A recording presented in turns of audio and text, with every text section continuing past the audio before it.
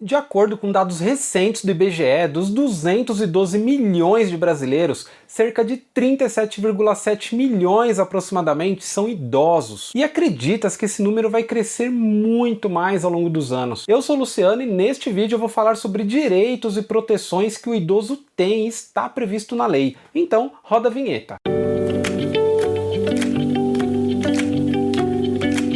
Geralmente as pessoas têm dúvida de qual a idade correta para ser considerado idoso. E de acordo com o Estatuto do Idoso, que é a Lei 10.741 de 2003, a partir dos 60 anos a pessoa é considerada idosa. Então grava, 60 anos. E em razão dessa idade, ela terá uma série de direitos e garantias que nós vamos falar agora. A primeira garantia é o atendimento preferencial. A pessoa idosa ela tem direito a um atendimento preferencial individualizado junto aos órgãos públicos e privados que prestam serviços à população. Por exemplo, hospitais, clínicas, cinemas, teatros, supermercados, bancos, nossa, uma série de lugares. E a exceção é claro em serviços de emergência de saúde, que vai depender da avaliação médica e da gravidade do caso. E já puxando o gancho, nós temos a prioridade especial, que entrou em vigor em 2017. E basicamente estabelece que os idosos acima de 80 anos têm atendimento preferencial em relação aos outros idosos. Então essa prioridade vai ocorrer numa série de situações, seja nos atendimentos, nos pedidos, nos processos, nos procedimentos. Um outro direito é a vaga exclusiva de estacionamento. 5% das vagas de estacionamento, seja público ou privado, deve ser de uso exclusivo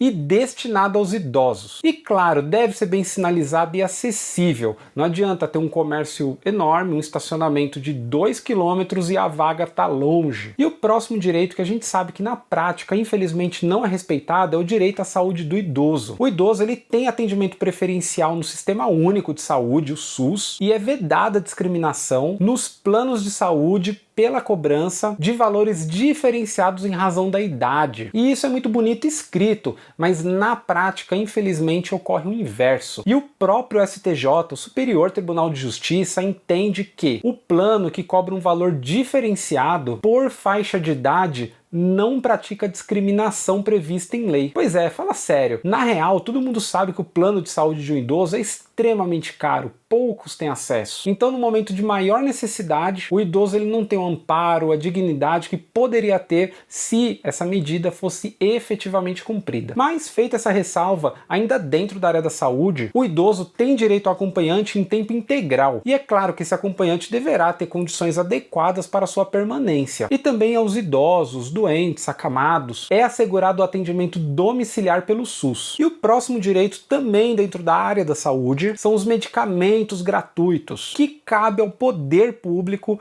proporcionar os medicamentos gratuitos à população idosa, principalmente aqueles medicamentos de uso contínuo. E para ter acesso a esse direito, nas famosas farmácias popular, é necessário apresentar um documento com foto e a receita médica dentro do prazo de validade. E além desses medicamentos gratuitos, a população idosa tem direito a próteses, órteses e demais recursos necessários para um tratamento, habilitação e reabilitação de sua saúde. E o próximo direito que gera muita confusão em razão da idade é o transporte. E de fato é assegurada a gratuidade do transporte público. Só que tem muita confusão em razão da idade, se é 60 ou 65 anos. E o estatuto prevê que é somente a gratuidade a partir dos 65 anos de idade. Contudo, cabe a cada município, através de sua administração pública, estipular se inclui idosos abaixo dos 65 anos, ou seja, 60 anos, ou não. É por isso que gera muita confusão. Tem muitos municípios que adotaram esse procedimento, então eles estipularam a faixa etária de 60 anos e não aquela de 65 que é prevista no estatuto. Além disso, nos veículos de transporte coletivo serão reservados 10% dos assentos para idosos. E no transporte coletivo interestadual é gratuito para os maiores de 60 anos, com renda de até 2 salários mínimos. E cada ônibus deve reservar 2 vagas vagas gratuitas. E os demais idosos, independentemente da renda, têm direito de pagar metade do valor da passagem. E falando em metade, o próximo direito, que é educação e cultura, o idoso tem direito a 50% de desconto nos ingressos para eventos artísticos, culturais, esportivos e de lazer. E o próximo direito é o trabalho na terceira idade, o trabalho do idoso. É proibida a discriminação e a fixação de limite máximo de idade na contratação de empregados, então fique esperto. E isso inclusive para concurso público, salvo as situações de cargos que exigem aptidões físicas. E se você já prestou concurso público, provavelmente deve ter visto no edital que o critério de desempate será a idade, dando preferência à idade mais elevada. Além disso, cabe ao poder público incentivar e criar de fato programas de profissionalização especializadas para idosos. E o próximo direito, que na verdade é um assunto mais delicado, é a violência contra o idoso. O Estatuto do Idoso determina que nenhum idoso poderá ser objeto de negligência, discriminação, violência, crueldade ou opressão. E eu sei que são termos muito vagos e genéricos, mas eu vou citar alguns exemplos. O idoso que for impedido ou tiver dificuldade em realizar operações bancárias, ou de uma pessoa mal intencionada que pretende sacar os benefícios de aposentadoria de um idoso. Em todas essas situações, a pessoa que estiver praticando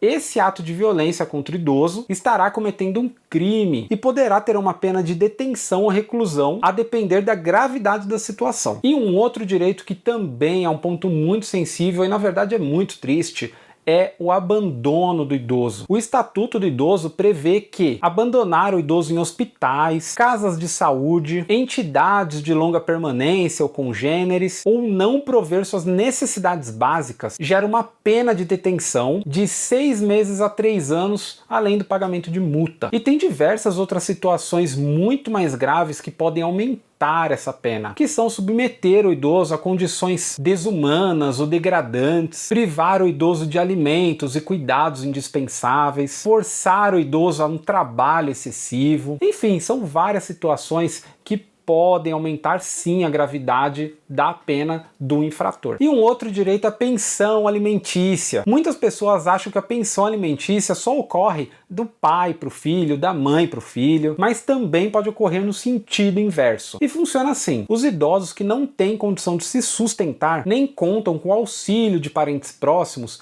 tem direito a pedir a pensão alimentícia para os filhos. E essa ação ela pode ser promovida somente contra um dos filhos, aquele filho que tem um maior poder aquisitivo. E basicamente essa pensão segue os mesmos trâmites da pensão alimentícia comum, aquela paga de pai para filho. Ou seja, se o filho não pagar a pensão alimentícia, poderá ir preso. Agora, caso o filho comprove que não tem condições financeiras, o idoso com mais de 65 anos, ele pode solicitar um benefício assistencial, que geralmente gira em torno de um salário mínimo. E o próximo direito é a isenção do pagamento de IPTU. A isenção do pagamento de IPTU, ela pode ser parcial ou total, e vai depender de alguns requisitos estipulados pelas prefeituras. Mas basicamente, ela é válida para pessoas com idade acima de 60 anos, né, o idoso, que sejam aposentadas, proprietárias de apenas um imóvel, e tem a questão do valor do imóvel, né? Geralmente os municípios estipulam um teto de 300 mil, 400 mil, vai depender do município. Também tem um último requisito, que é a renda de até 2 salários mínimos. Lembrando que esses requisitos são genéricos, pode ser que surjam outros requisitos. E para solicitar esse benefício, direto na prefeitura, ou na subprefeitura, se for um município muito grande. E o próximo direito, que inclusive eu comentei até no início do vídeo, é a tramitação dos processos judiciais. O idoso que fizer parte de um processo judicial, ele tem direito que a tramitação desse processo ocorra de uma forma mais célere, mais rápida. E se o idoso tiver mais de 80 anos, essa prioridade deve ser ainda mais efetiva. E o último direito, que é bem polêmico, é em relação ao casamento do idoso. Nos últimos anos houve alteração de idade de 60 para 70 anos. E como é que funciona? Basicamente, o idoso que tiver mais de 70 anos e quiser se casar, deve aderir um único regime de casamento, que é o regime de separação obrigatória de bens. Ele não tem a opção de escolher outros regimes, comunhão universal, comunhão parcial de bens. Não, regime de separação obrigatória de bens. E como é que funciona? Basicamente, os bens de cada cônjuge não se comunicam, salvo aqueles adquiridos em conjunto. E a opção do legislador ao restringir esse direito do idoso foi com o intuito de proteger o seu patrimônio de pessoas mal intencionadas que muitas vezes praticavam golpes para assumir o patrimônio do idoso. E é isso, não esqueça de se inscrever no canal, dar aquele joinha e nos acompanhar para receber informações que possam te ajudar no dia a dia.